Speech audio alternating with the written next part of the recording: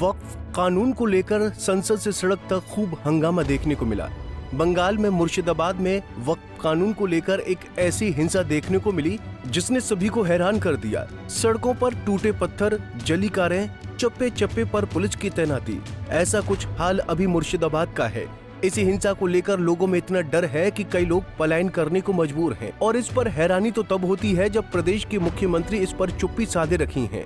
CM ममता की तरह ही हाल India गठबंधन का है। मणिपुर हिंसा की पैरवी करने वाला इंडिया गठबंधन बंगाल में मुर्शिदाबाद में हो रहे पलायन पर चुप है। अब ये सब जानकर आपके मन में सवाल आ रहा होगा कि आखिर पूरा मामला क्या है। दरअसल पश्चिम बंगाल में वक्फ कानून के खिलाफ हुई हिंसक घटनाओं के कारण वहां अभी भी हालात तनावपूर्ण बने हुए हैं।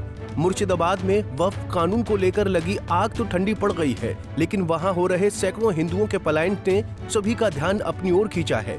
जानकारी के मुताबिक धुलियान से कई परिवारों ने मालदा क्षेत्र में पलायन किया है। बंगाल में हिंदुओं का पलायन जारी।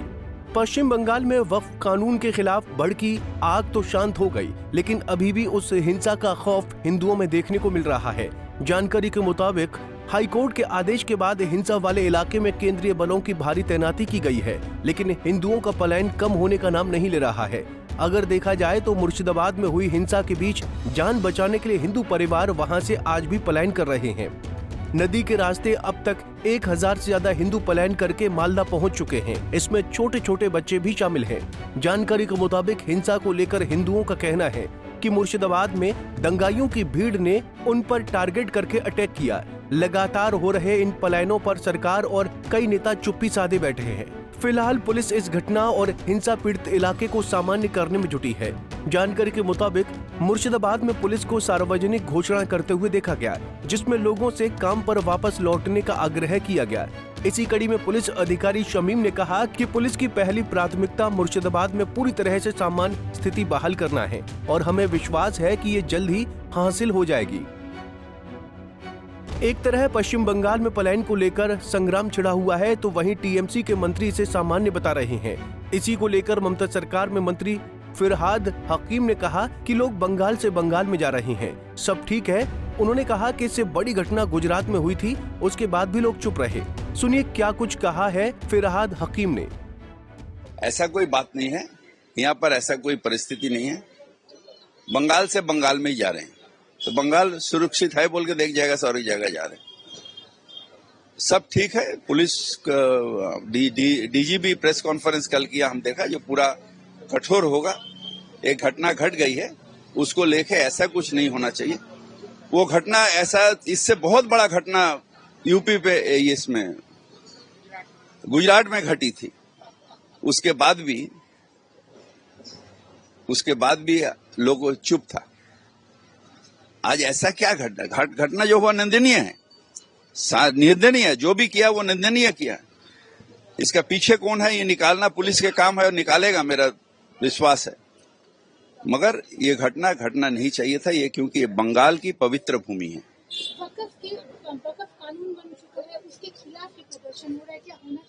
ये खिलाफ करना, यहाँ तो मुख्यमंत्री ममता बनर्जी बोला जो यहाँ पर हम कानून लागू नहीं होगा, क्योंकि यहाँ पर कोई परिस्थिति नहीं है जो डीएम लोग ये करेगा।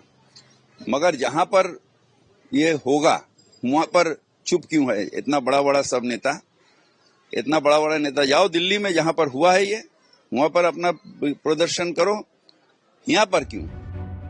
बंगाल में वक्फ कानून को लेकर हुई हिंसा के बाद अब ममता चारों तरफ से घिरती नजर आ रही हैं। बंगाल में हिंसा के बाद सवाल उठ रहे हैं कि क्या दंगाइयों को किसी तरह की शरण मिल रही है? क्या वजह है कि बंगाल के मुस्लिम बहुल इलाकों में हिंसा हो रही है? ममता सरकार में हो रहे दंगों को लेकर अब बीजेपी ममता सरकार पर हमलावर हो गई है। बहरहाल वक्फ संशोधन बिल को लेकर बंगाल में हुई हिंसा के बाद सियासी उठापटक देखने को मिल रही है।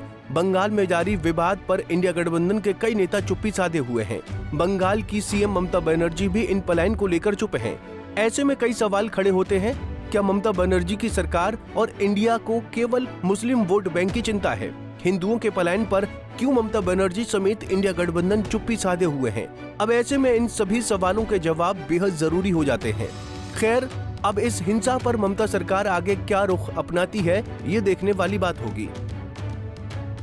Bureau report, Punjab Kesari TV. हमसे जुड़े रहने के लिए हमारे YouTube चैनल को सब्सक्राइब करें और नई वीडियो की नोटिफिकेशन के लिए बेल आइकॉन को दबाएं।